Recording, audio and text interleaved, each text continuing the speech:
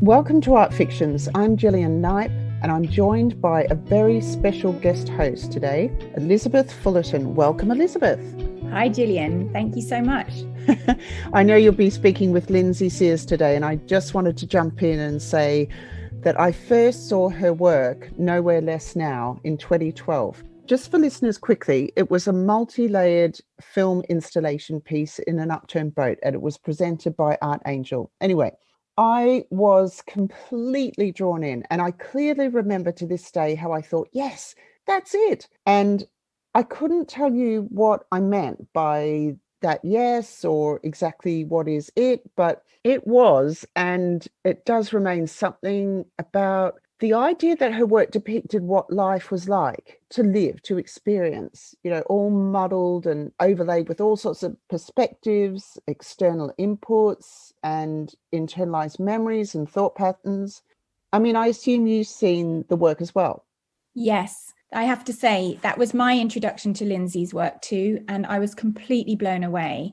I just couldn't stop thinking about it afterwards. And I think why you get this feeling of disorientation with it is that she's weaving together biography, animation, performance, photography, archival footage. And so there are all these different strands all coming at you at once. And it's magical. You go on this odyssey with the work. It's just completely mesmerizing. But also, I think it's important to mention that the setting is so important. So it was set in a former chapel that was built originally as a temporary measure out of corrugated iron. It's called the Tin Tabernacle, and it was the kind of flat-pack church that was exported around the British Empire in colonial times.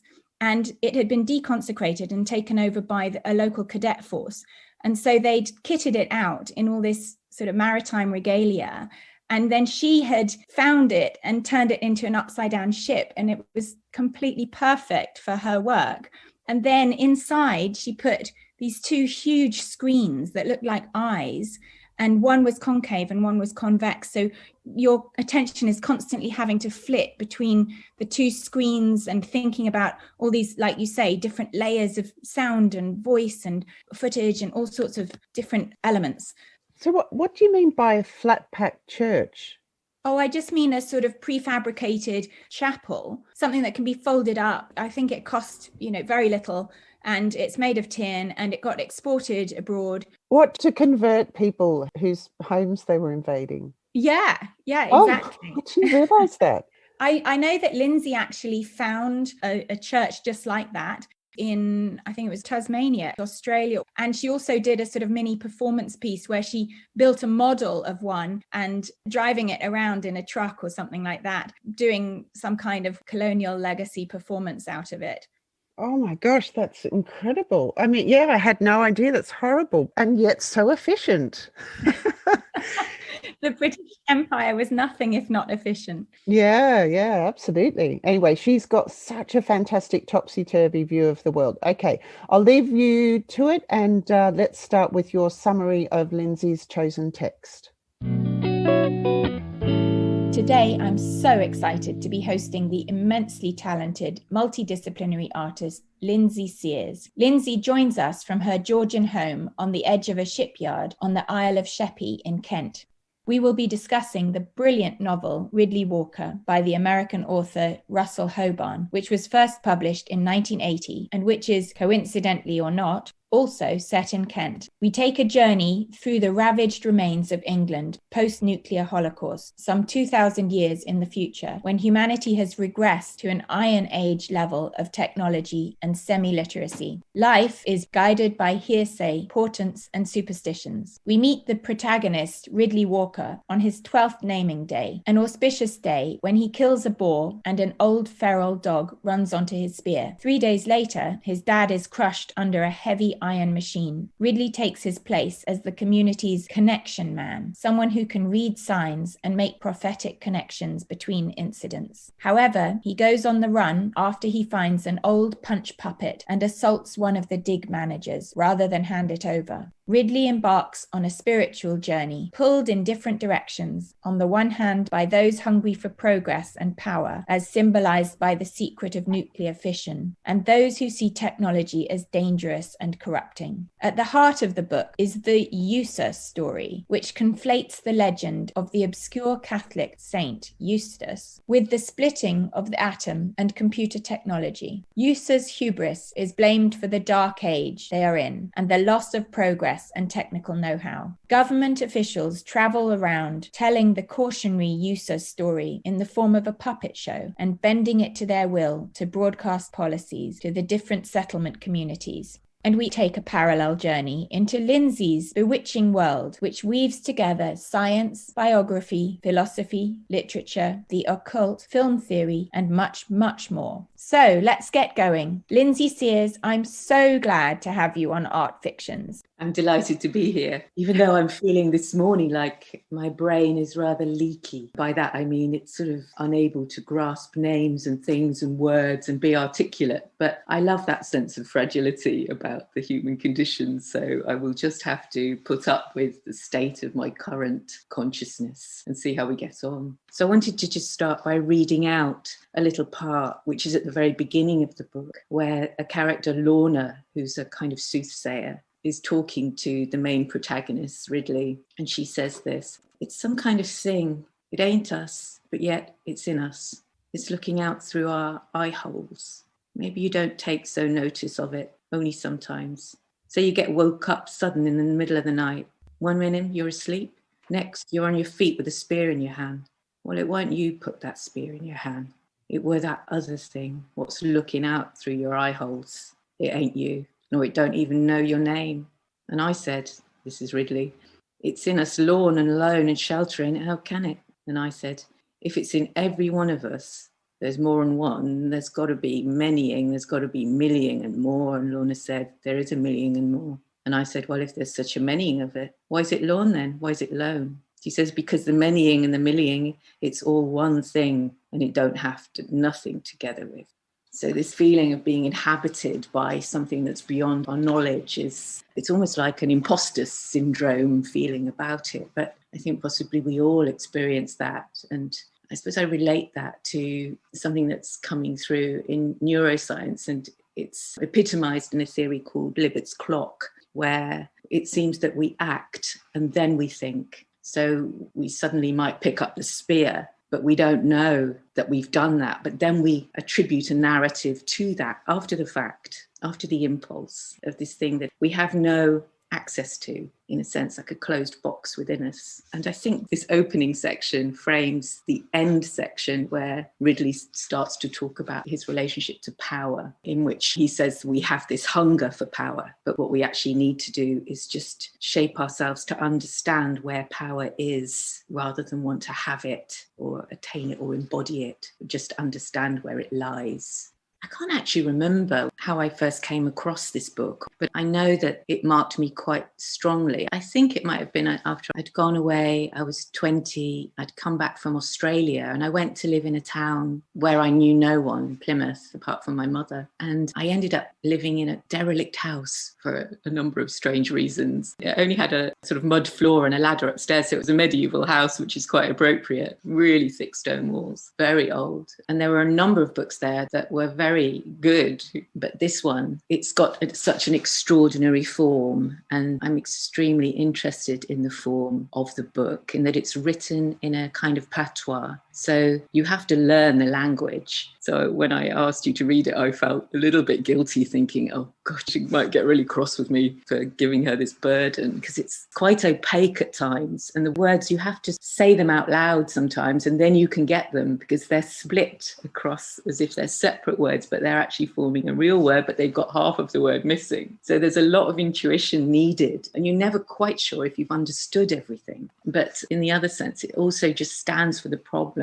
of articulation and of language and of understanding and confusion that we actually are in, rather than sort of guiding you through. It makes you sort of struggle through. In some ways, I can't really sum up that book. It's so hard. Yeah. I want to just also point out a couple of words to give the sense of what you're talking about. So one phrase I really like is aga waga. You're going to get aga waga if you do something bad. Basically is a combination between, I think, argy bargy, and someone else said it was maybe relating to Baba Yaga, the Russian witch. And then the word wag is a Tolkien word based from German for wolf. So they're very kind of onomatopoeic use of language. And then things like cat will twist is a catalyst, or strapping the lates is to extrapolate. I really like those. And then there are things that he says like to keep memberment of, which is more expressive than not to forget or to remember, or I will yes to that. You know what he's talking about, but you have to slow right down and get your mind into that setting to be able to follow the book. And I think that that's genius. So language is a really important aspect. Why else did you choose the book? I'm so glad you did. The ways in which it touched me were the ways in which it mentions many things that I've made artworks about. So in the first instance, it's the puppets, because I not only have made a number of hand puppets, which were alien hand puppets at times when I felt that I needed a companion in the world that was an alter ego that I was sort of in control of, but potentially would take control of me, like they often do in these psychological dramas, how the puppet overwhelms its puppet master. And so I've also made an extensive amount of ventriloquist dummies. In fact, right now I'm surrounded by, I think, 8 of them that is being stored in my living room. But the Punch and Judy show itself and the way the baby gets murdered, you know, that's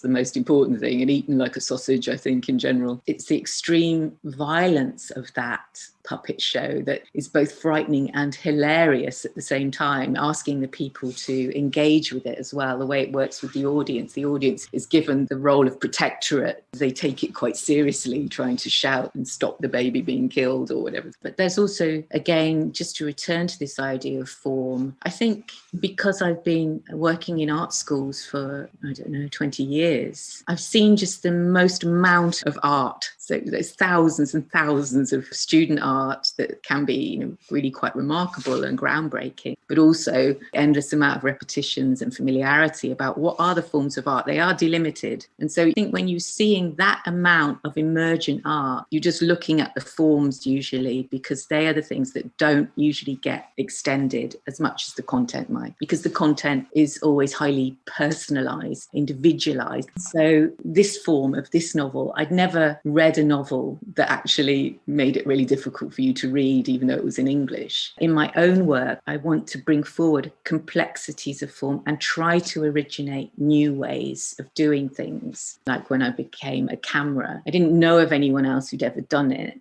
And there was actually only one person who'd done it before me. And then I developed it into colour and nobody'd ever done that. So I think that the shock of the form being different can make you think differently about the medium and about the content. And so it's just trying to sort of jolt something. So I felt like this book does that. It sort of jolts you into the troubles of understanding things and the mishmash of narratives and stories and details. And interestingly too, I also make books alongside my works that in a way are a bit like the kind of indexes that you get with The Wasteland, for example, or James Joyce. There'll be an endless amount of details about the origins of the quotes and the quotations and what they're referring to. And they're incredibly useful and interesting. But when you're reading the poem or the novel, then you're sort of immersed in it. And then I feel like the knowledge, the semantic knowledge, comes later about what these sources are drawing on. And Ridley Walker's very much like that. It's really notated and you can find out a lot about it. And then it's really revealing. You think, oh, really? It means that. That wasn't what I thought it meant. And also the sort of layering and the instability of the characters. They are very duplicitous, every single one of them. They'll change allegiances, in a single moment. There's no sense of good faith. And so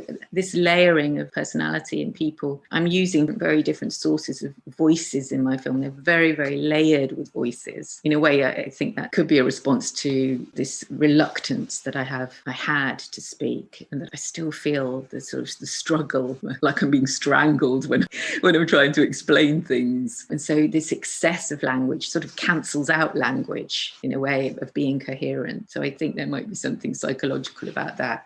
Can we also just make the point that you didn't speak until you were 8, right? That's around 8, yeah. Around 8. 7, You 8, grew yeah. up in Mauritius and you had this extraordinary memory, which the condition is called eidetic memory. It's similar to photographic memory, but you described it, I think, maybe in your book, Human Camera, as living in a kaleidoscope world of images where you're part of the world around you. So you feel absolutely at one. Yes, I suppose it's a bit of a Lacanian model about the onset of language at the point of the mirror stage, in that language is to fill the gap, the lack, when you suddenly realise you're an entity in the world, you're not just an extension of your mother. It's a metaphor for that, I suppose. Yeah, and so the mythology goes that you actually began speaking when you saw a photograph of yourself. Yes, the recognition of the identity, but through a false source, not the mirror. Yes. Through a virtual source. Yeah. When I was reading the book, my first impression was, why is Lindsay choosing this? And I was trying to make connections. And then I thought, well, connections are so much of what this book is about and what Lindsay's work is about, forming connections and coincidences and associations. In the book, they talk about blips, which derive from a computer language, but they're sort of synonyms for signs or traces. And they talk about things being blipful, or I guess portentous. And it struck me that there were links there too.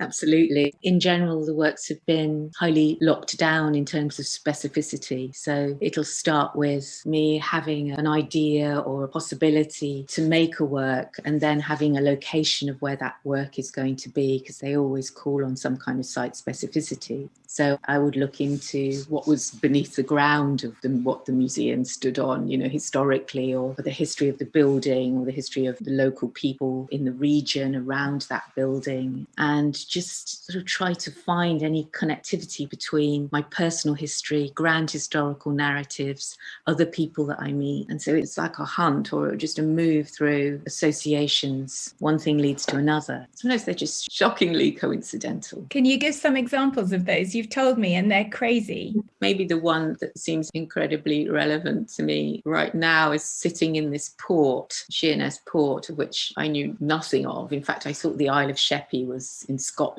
And I was looking at the history of this photograph that my grandmother had given me that was taken in 1890. And it's of about 110 men standing on the deck of a ship, and it says on it Zanzibar 1890 handwritten on it. And it turns out that ship was built in this dockyard, just about 300 meters away from this house, this historic house. And that's just by pure chance that I met a man in a bar in Dalston in 1998 who I've ended up being the partner of, and he bought this house, and then we sort of got together as a couple. And then I subsequently realised this was where that ship had come from, that very ship of my uncle. And then when I looked into the history of my uncle, because I'd lived in Mauritius as a child, he was also in Mauritius. And so was James Miranda Barry, one of the characters that I later started to follow. She also was in Mauritius. And there was another connection between where he'd been as well. He was in Plymouth, which was where my mother is from. It's crazy. And it makes you wonder whether you're being spun a tale. I remember the first time I interviewed you, which I think was in 2012. We spent about 3 hours together, and I came away thinking, was any of that true? I didn't know what was going on, but it was thrilling and exciting. And I think that Ridley Walker does something similar there, with fantasy and reality being blurred to achieve a different truth, maybe. And it doesn't matter in the end whether it is true or not what you're reading, but it's what you're taking from it, the conclusions you draw. Just going back to that idea of connection in Ridley Walker, I noticed that often as he's going on his journey, he'll say things like, I don't know how I knew that already, or I felt that I'd seen this before and I hadn't, but I just knew what was happening. He has this really strong deja vu sense. I guess it's an openness that you notice with him. He's non-judgmental and non-hierarchical, and he just allows these visions or these happenings to happen. I thought that was interesting. I mean, one thing he says, I was just going to read it out. The world is full of things waiting to happen. That's the meat and bone of it right there. You might think you can just go here and there doing nothing, happening nothing. You can't though, you bleeding can't. You put yourself on any road and something will show itself to you, wanting to happen, waiting to happen. You might say, I don't want to know, but once it showed itself, you will know, won't you? You can't not know no more. There it is and working in you. You might try to put a farness between you and it, only you can't because you're carrying it inside you. The waiting to happen ain't out there where it been, no more it's inside you. I think I earmarked that phrase myself as well. Yeah, I thought that was really interesting. I also wanted to just quickly ask what you make of the animals in the book. The dogs. Yeah. I suppose I've become more and more drawn to animal consciousness and about how it relates to the human condition. Because in a sense, in the Ridley Walker book, they keep calling on what seems like some kind of innate written code, of DNA or whatever it is, some primitive things that are written from the beginning of time into us. And so I have been reading quite a bit about quantum theory recently and quantum biology and how that relates to animal consciousness and the way in which we are understanding that animals are ludic in the sense that they're playful, they love to play, but they're also highly individualized with personalities. And even the other day I was reading that scientists were saying a fish had reached the mirror stage, so it could recognize itself in a mirror. So, it was displaying, human qualities. Amazing. But because I'm very driven by trying to address consciousness, particularly through the findings of neuroscientists, I suppose, but also through texts, reading Artaud or about his mental states or people's first-person accounts of their non-normative brains. It's just how we've put ourselves as being primary, and yet we can't seem to run a world very well at all. So my overall idea about consciousness is to try to think of a unified consciousness and not to give humans primacy just because they have this self-reflexivity, which actually is ultimately very confusing and super damaging as far as I can see, because of the polarity of thoughts that are narratives that are often quite fictional, that we hang on to. I don't really see that happening in the animals. I mean, they do have complexes. My dog has recently died. He certainly had very strong opinions about things. He just couldn't articulate it. Well, he could. He tried. So in the book, the dogs have a knowing, they have a very strong instinct. They end up protecting him, which is a surprise because normally they were considered to be very wild in the book and they would notoriously bite the balls off the men that they were going to kill before they ate them. But they knew where their allegiance lay, and it was with Ridley. I feel as though they have a deep-seated wisdom. There's the sense that they're the holders or keepers of what the author calls the first knowing, because humans end up getting the first knowing originally from a dog. And Ridley talks a lot about looking into the dog's yellow eyes and whether he got the knowing from it or not. And then also the pack of dogs, they seem to appear out of nowhere and disappear again, as if they have a psychic sense. So only some people are blessed with that gift of being able to be dog friendly in the book, and others, as you say, meet a very grisly end. There's another amazing part where when the nuclear explosion happens in the Eustace story, the dogs all stand on their hind legs and talk like people, and they tell Eustace, all thy many leaves as rattled, that's how many people you will kill. Then the dogs begun to tell of time to come. They said, the land will die and they people will eat one another.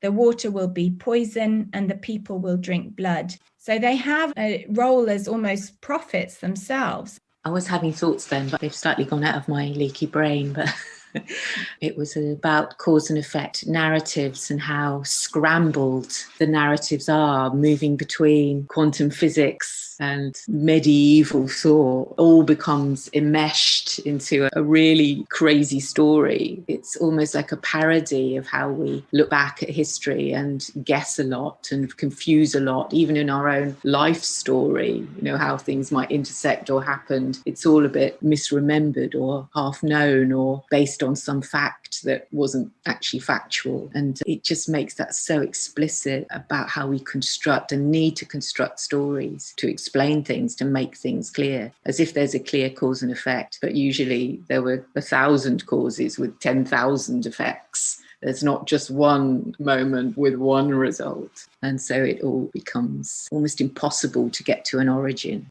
Yes, there's an absolutely hilarious misreading, isn't there, by the guy who's called the Prime Minister, which is effectively Prime Minister, Abel Goodparley, where he's telling Ridley about the legend of St. Eustace. They've found a text of original English, and I love it, the way he takes the figure of the crucified Saviour and reads figure as number and crucified as relating to a crucible for making chemical experiment. And then Saviour, he links to savory and salty, or salt for, which becomes sulfur. And so he maps onto this innocent religious saint's tale a whole formula for making the nuclear bomb. It's just hilarious. It's really brilliant. Which reminds me that the original inspiration for Russell Hoborn was to see this mural painting that's in Canterbury Cathedral that shows the White Hart, and the little Christ is hanging between the antlers of the White Hart, and he is the Adam, but he's sort of being torn apart, and that's the splitting of the atom within this sort of mythological, medieval feeling narrative. Yeah, exactly. And I think that's something that really connects to your practice as well, this sense that you don't know who you can trust. There's no anchorage. There's no point of view. I mean, I suppose with Ridley Walker, there's Ridley, of course, who we're following through the book, but all these different narratives that are coming through that you're thinking, oh, well, maybe I can grab onto this one. You meet someone called Listener who's had his eyes gouged out, and he has a profound connection and ability to see, even though he hasn't got eyes. And you think, oh, he must be the one that we're supposed to trust in. But then he ends up gouging out someone else's eyes and turns out to be power hungry himself. So all the way through, the rug is being pulled from your feet. And I think you do this too. Your work is very slippery, which makes it so exhilarating, because you can never grab onto one particular narrative and say, right, that's the one. This is the voice, because it isn't. Yeah, that's interesting. Maybe we could talk about that in terms of Nowhere Less Now, since you recently presented that in Sharjah. I first discovered your work through Nowhere Less Now, the first one. And like you said before, it started out from a photograph of your great-great-uncle George, who was a British sailor, but then there are 3 Georges in the film, and there's a George in the past, a George in the present, a George in the future. And with each iteration of that work, you've constructed whole new narratives and layers. And so the recent one that you presented in Sharjah last year, how did that differ from the original? It differed significantly in that it was no longer a piece that was being shown in an upturned ship. So all the other iterations, there have been 6. This time, they didn't have a gallery big enough for me to put the giant upturned ship in. But instead, I was given a venue which was a 1970s built bakery. I think it was patisserie outside of a British Army camp, but it was built in the shape of a flying saucer, and it's called the Flying Saucer. And it's a really beautiful, round, modernist concrete building. And so I really just had to completely change tack, really, because of this site specificity. It was in the UAE and it's in the Sharjah. So there's a very particular history, and their relationship to Britain and colonialism has some intensity. But also, nobody knows who built this building or who the architect was or when exactly it was built, even though it's in living memory. And that was quite intriguing. I worked quite hard, and they have as well, trying to find out who the architect would have been. And nothing's ever been revealed on that point. I've discovered that there was a sighting of a UFO around the time that the building was being built or had just been built in Sharjah. So that phenomenon of seeing UFOs, it was going across the world at that time. There were so many people seeing UFOs. And Jung wrote a book specifically on that. And he addresses this idea of mass hallucination, which I found really intriguing, because one of the things that have pervaded the works has been hallucination, which is also used in the Ridley Walker book as an idea of foreseeing the future or understanding your present as a means of divination. So I was working with that idea that we're locked in a world that is, in a way, being dictated to by a mass hallucination that's coming from virtual media, and our commitments to that as carrying forward some kind of truth. And this feeling that the degradation of the quality of imagery, which was also important for the filming of UFOs, it was always going to have to be grainy and a little bit unclear unclear is that we are taking evidence and judging the world in relation to these recordings that are often of poor quality, and it's the poor quality that makes them true and seem truer because they're not staged, they're not beautiful, they're just off the cuff, immediate. Those little clips have been changing the world, provoking riots. And did you use some of that archival footage of UFOs? It was more sort of Black Lives Matter, say, or what's just happened with the women demonstrating, how we got these little movie clips that we're founding our truths on, and the specificity of them, and whether we don't really know exactly what's happened either side of the event, what the multiple causes are for the actions, and also how they're being interpreted. And so our truths are delimited to very simple cause and effect narratives that are more complex than they may seem, but at the same time there seem to be some sort of undeniable truths about it. But that idea of mass hallucination, I think, has always been behind the idea of the cinematic or the filmic. My own approach to the idea of how mass hallucination might relate to our perceptions of the world. I think neuroscientists are pointing out that we're in a constant state of hallucination, in that we are projecting onto the world what we think it is all the time, and that we will always try to shape that up with what we want from it rather than what really is.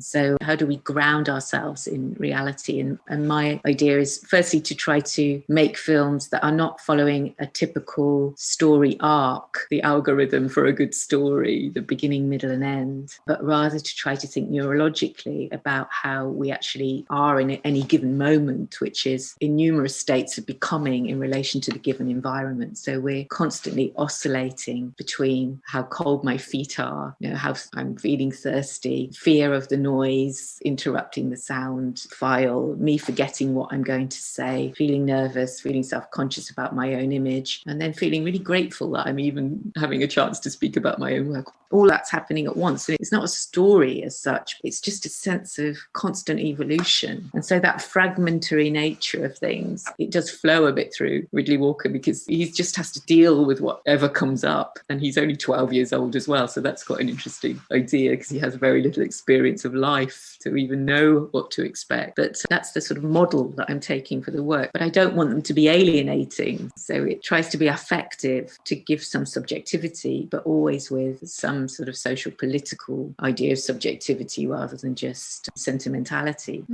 So just going back to Nowhere Less Now. How does that work with this idea? I suppose firstly, I'm using multiple sources of footage. Usually it's all me recording it. So it can be just a live anecdotal moment where a coincidence has happened, or it could be that I've set up a much larger camera and it's focusing on a particular building that is relevant to the narrative. But the narrative is sort of being built by the act of filming. And so there's a sort of flux to and fro between what I want and what is possible and just what happens. So it doesn't have a known outcome at the beginning. It just keeps shaping up. So in relation to what the objects are going to be, how people will access the space, what the physical position of the person is in relation to the image that they're watching, all of those things are just trying to get you into a certain state of consciousness where you can have this sort of flux of change and difference. And so in a way, you probably need to watch the works maybe 4 or 5 times in order to get to grips with them, because there's so much bombardment, but it's on purpose. But sometimes people really reject that. It's not what they want. They want a beginning, middle and end that's going to resolve itself. No, I don't think so. I think when I saw your work, Nowhere Less Now, I was, as I said, absolutely gobsmacked by just the richness and the complexity of it. And in terms of the content,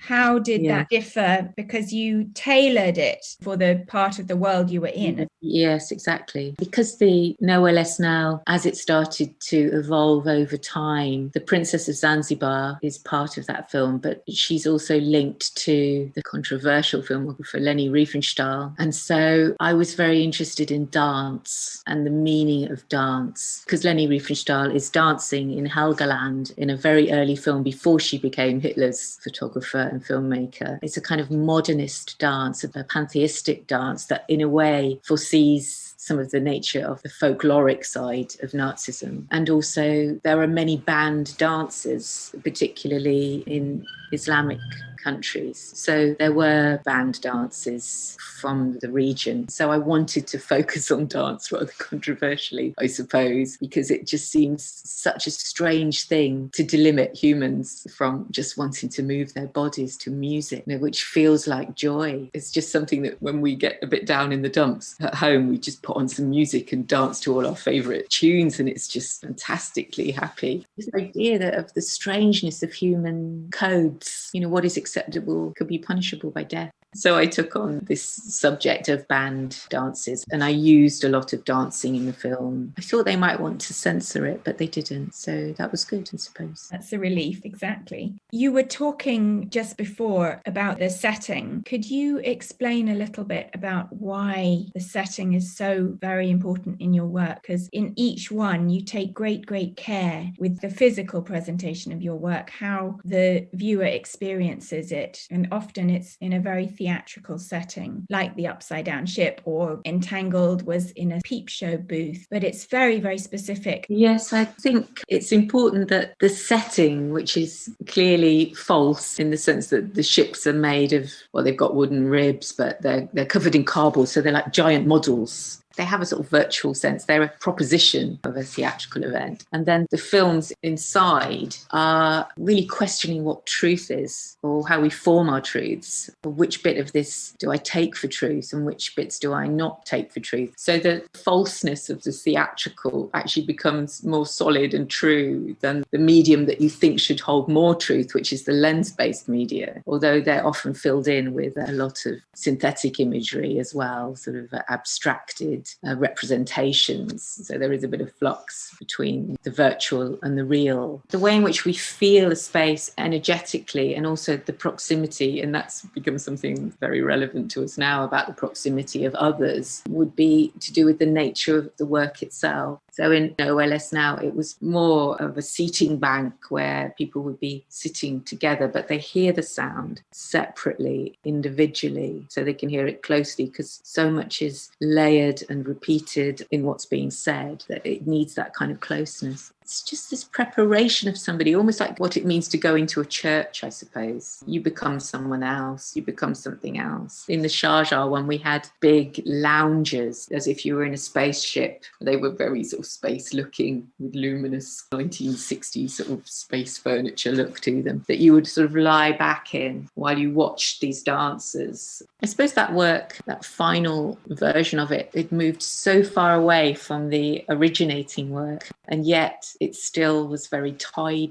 to the ship. This was just another kind of ship, a ship that was a proposition for an idea that alien life actually exists. I suppose now I'm going into this theory of many worlds and quantum physics and superpositions where things are both happening and not happening simultaneously. Where I've moved philosophically and theoretically is much more towards physics and slightly away from neuroscience at this time. I'm going to ask you about that in a minute. I also wanted to talk about seeing, because in your practice, another connection, I think, with Ridley Walker is the whole issue of seeing. In Ridley Walker, for instance, people are blinded, they lose their eyes, but then they can see better somehow. Their dogs pass on knowing or knowledge through their eyes. And you, of course, in your early practice, became a human camera, and you then became a ventriloquist, which ties back to the puppets. And then you became a projector. And I wondered if you could talk a little bit about this connection with seeing and vision and how we perceive the world, and of course your name being Seers. We can't forget that.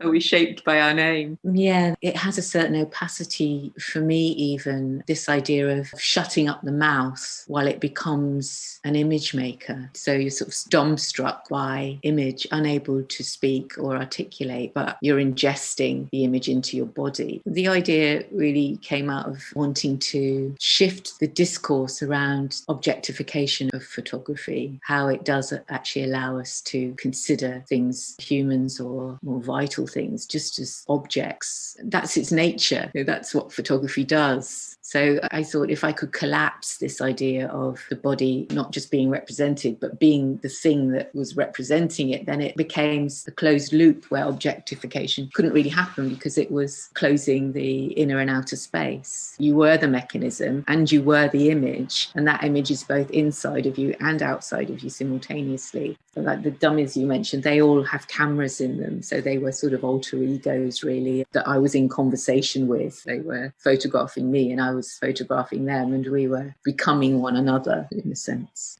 When I was in your house and you had one take a picture of me through its mouth, they're very unnerving. I should just mention that when you turned yourself into a human camera, that was through taking photos in your mouth and developing them inside a black sackcloth, right? Yeah, I just presume people would know about something like that, but obviously it's not the normal way of taking a photograph. And then the projector. I did a lot of performances as a projector where I would sit in a big chair and I'd have this big projector on my head, projecting as if it's extra mission, as if the images are coming out of my eyes as they were drawn in the Egyptian drawings. The idea that perception was something that came out of our eyes rather than something that fell into our eyes. Although neuroscientists are now suggesting that it is coming out of our eyes because we're seeing what we think is there, but isn't necessarily exactly what is there. So just tracing your practice, you went from this interest in photography to Nowhere Less Now, which has been a huge element of your practice because you've done so many different iterations. From there, how did you get to this brilliant work, Every Thought There Ever Was, which is drawing on a lot of your research into neuroscientific ideas? It was a long evolution, that work. It was probably 5 years in the making, just to try to make it happen because it involved programming robots and trying to get screens to move.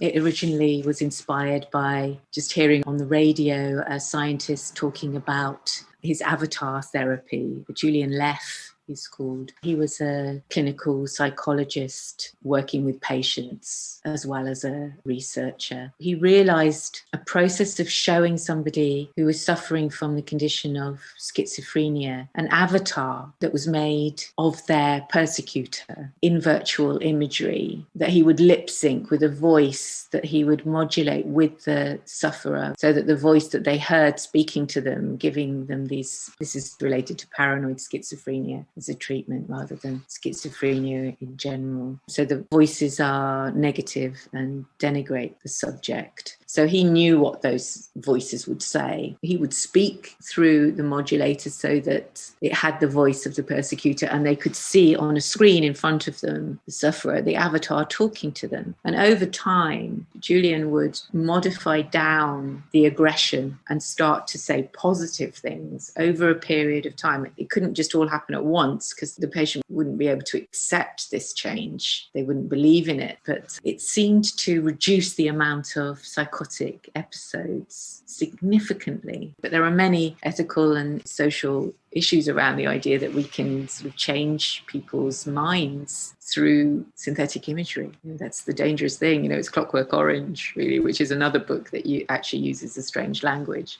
I suppose this idea of a non-normative brain and whether it's an organic condition, i.e. there's something actually in the brain itself, the structure of the brain itself, or whether it's something evoked by experiences, in plasticity in the brain, and whether it can even be defined so tightly by the government criteria as an illness is really up for question because it seems highly individualized and has different effects on different people and quite extraordinary good things, but also that people actually do hallucinate people around them, but they're loving and support them and help them. I think I felt that mental health issues around schizophrenia has been very fearful and people can be sectioned without any freedom. So there were reasons why I wanted to address it. The work itself is set in the past, present and future as usual, and it's trying to look for an idea of positivity about how the human brain hasn't evolved properly yet. I think this is the general idea that science is having, we're carrying forward a lot of primitive drives still, and that consciousness has a long way to go, really, in order to make societies function properly. So I wanted to, first of all, look at the historic accounts of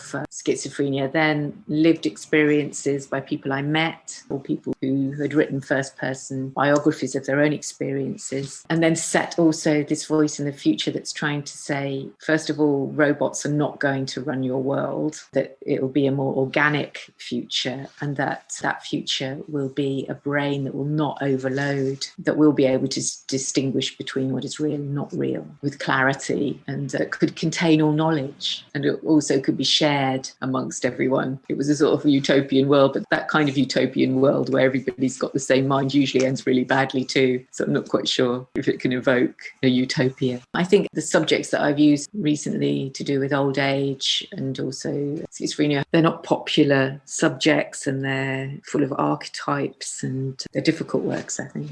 Yes, I think that Every Thought There Ever Was is difficult, but in a really, really good way. I should mention here that it basically allows the viewer to experience, to some extent, the experience of having that condition in terms of having no filter for your thoughts. So you're bombarding us with images. Some of them are animated, some of them are footage you've taken, and it's very hard to tell which one you should be prioritizing. They don't have a hierarchy. I suppose there's no absolute standard of what one experiences in psychosis. I was working with a very brilliant neuroscientist, Anil Seth from Sussex University, who was interested in the nature of consciousness. So he was ideal for me. It's a very audacious project to neurologically try to identify what consciousness is, but an interesting problem that has to take account of philosophy. But the experience of schizophrenia, it's highly individualized. So it can't really represent the condition as a whole. It can only represent what I was learning from them and from these different kinds of accounts. So I took account of all the different kinds of accounts. So people might have multiple voices. Some people only have one. Some people don't hear voices at all, but they see things. One of the things that was most important to me was that the screens themselves should feel like entities. So they are moving and shifting, and they also come straight towards you and very close to you. You can feel quite strongly that you want to just step back a little bit from it. So it does have some very subjective, emotional content in it. But I think what I found was important to me was that people who either had family members who suffered from psychosis or suffered from psychosis themselves often would come up to me at the opening to say how important it is to be able to make artworks about this kind of thing as a subject, that it's being addressed in any way as also being a very creative mind. It's about a non-normative mind, really, and about acceptance and prejudice and fear against people who are different. Yeah, what I was struck by with that work was the compassion with which you portrayed this condition. So we saw that there were elements that were very, very challenging and very upsetting and scary. And some of those images really sear into your mind, like the screens on the robots had these quite devilish looking faces that had teeth in the place of eyes, and they'd lurch towards you, like you said. And then other times you'd hear clickings and whirrings, and there were images really way too close for comfort of cockroaches and their hairy legs and their shiny backs. And you really made the audience uncomfortable at times, but you also showed that there was definitely a creative aspect to this different way of being. In the drawings that you showed at the same time, you had done an exchange of drawings with people who live with the condition, and you saw wonderful, intricate worlds in those drawings. That's true. It seemed important to be close to people who were experiencing the condition. You have a huge range of influences, and they're not necessarily focused on other artists. One who I know is extremely important to you is Henri Bergson, the French philosopher, who you first came across, I believe, on a residency in Paraguay. I actually took the book with me to Paraguay with the mission to be able to sit down and just read it every day. And I was actually making mouse photographs at that point as well in Paraguay. It's a very energetic philosophy photography in the sense of how we're in a state of becoming, but also a way of thinking about temporality rather than time, and how we are influenced by the past, present and future, and how difficult it is for us to actually be in the present, but we're constantly sort of moving forwards and changing with the universe. This energetic idea inspired me so much because I'd been so lost in the idea of photography as just being a kind of death as a medium. I couldn't really get beyond that, although now I do see it as desirous. So most of the photography we see is about just trying to get us to want something rather than remember something from the past. It gave me a method, and it's unusual for a philosopher to give a method in order to get to some kind of philosophical truth. Also, talking of your influences, John Dee, the astrologer, occultist, alchemist, court astronomer to Elizabeth I, who also turns up in Derek Jarman's 1978 film Jubilee. I suppose metaphysics became important to me. It's a strange aberration because he's a proto-scientist, but in a sense, he hasn't really contributed to science in any meaningful way. And yet he's been called on rather as a romantic figure, I suppose, with his scrying and looking into a crystal ball. Because he's a proto-scientist and a magician, he became very interested in that alchemy as a forerunner to science. Dee collapses the idea of a symbol as a sign, as being a portal into another dimension. So it's an active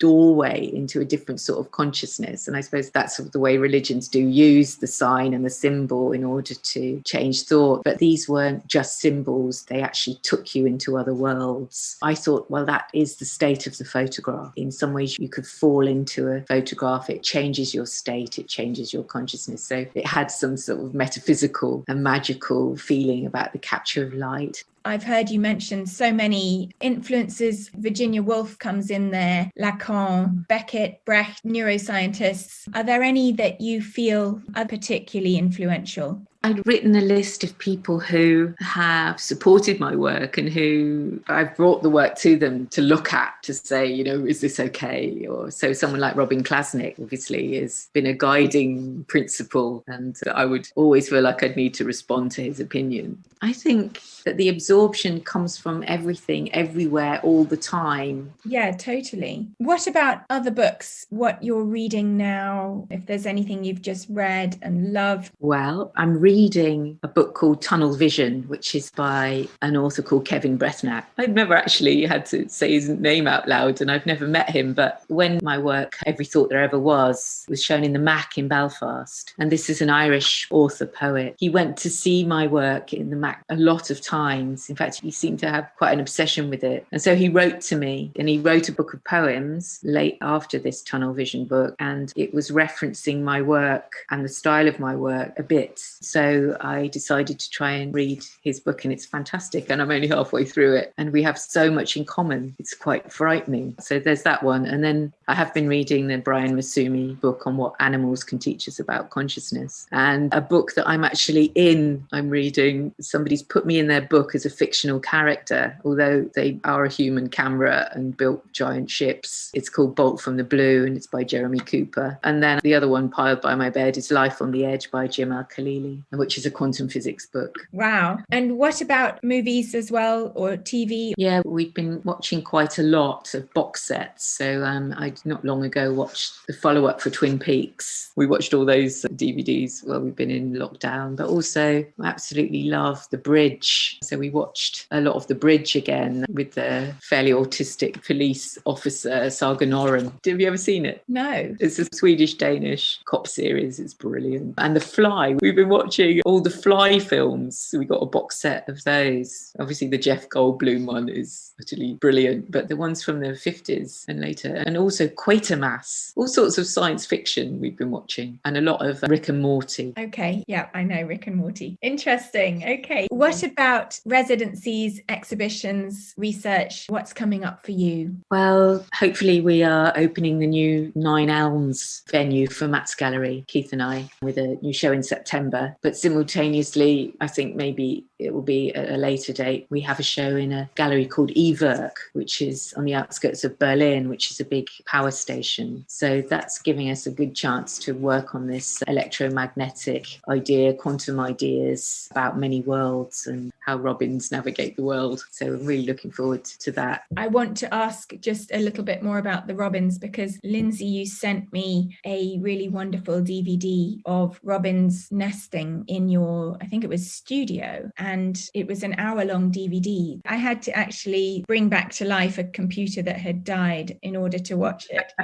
But I like that. It's very Ridley Walker. Yeah, it definitely was. But it was amazing. You watched these robins go from tiny, tiny babies and how they were so dependent and fed by the mum and dad, and how they grew and became stronger and more kind of cocky and ventured out of their box and flew around. And then at the end, they're no longer there. And then you sent me a whole load of information that you'd been doing research on around entanglement and quantum physics that connects the robins. Yes, it's a bit strange really, because in terms of migration, the robins don't really flock, as far as I'm aware, in the way that other birds do. They seem to take singular flights. The robins were being studied by some scientists anyway in the 1970s quite closely, and they were trying to work out how the robins navigate to Africa or Spain, those sorts of areas. They finally realised that they were doing it through some kind of quantum entanglement, and there's some particle that's in the eye of the robin that is also present in the magnetic field of the Earth. So they're simultaneously transmitting information to the robin, like a sort of internal sat-nav from the Earth's magnetic field into the robin's eye. So, and the suggestion now is that the robins can actually see this very faint magnetic field that the Earth has. And it's been a great breakthrough in working out how these birds that have never ever been to a place could find it. So that research and those thoughts may find their way into your work for the Berlin show. Yes, I think the most important thing for us about the Berlin show is getting to grips with the idea that science has taken a turn in the last 70 or 80 years to the idea now that what we are seeing in the world that we think is observable facts is not actually what's happening at all. So particles are going through walls. It's impossible for them to do it. They're in two superpositions at the same time, that they're both it and not it simultaneously. And so if the world is no longer observable as truth, then where are we? Where are we in terms of trying to actually understand? It's as if we've got to enter a whole new realm in order to understand that things are through physics and mathematics. I suppose that's why maths is so present in the Ridley Walker book, the numbers. It's all about the numbers. Wow. Well, Lindsay, you have a huge brain, and I'm always so amazed by the breadth of your knowledge and research. I often, when we meet, have to go off and look up a ton of different illusions that you've made, because there's so much there. You just have this whirring, inquisitive brain that's always active and always at the cutting edge of new thoughts and philosophies. It's really exciting. So thank you so much for being on Art Fictions. I'm delighted to be asked, and also very flattered by the idea that I have a big mind, but I think actually, I feel like I could be that person telling that scrambled narrative that crosses time and mixes everything up in the Ridley Walker books. So beware, beware. Brilliant. A warm thank you to all listeners and to today's artist Lindsay Seers, and of course thanks to special guest host, author and art critic Elizabeth Fullerton. If you'd like to support the series, please subscribe and rate, both of which make a huge difference to access for other listeners. And of course, feel free to get in touch with me via my Art Fictions 2020 Instagram or my website gilliannipe.co.uk.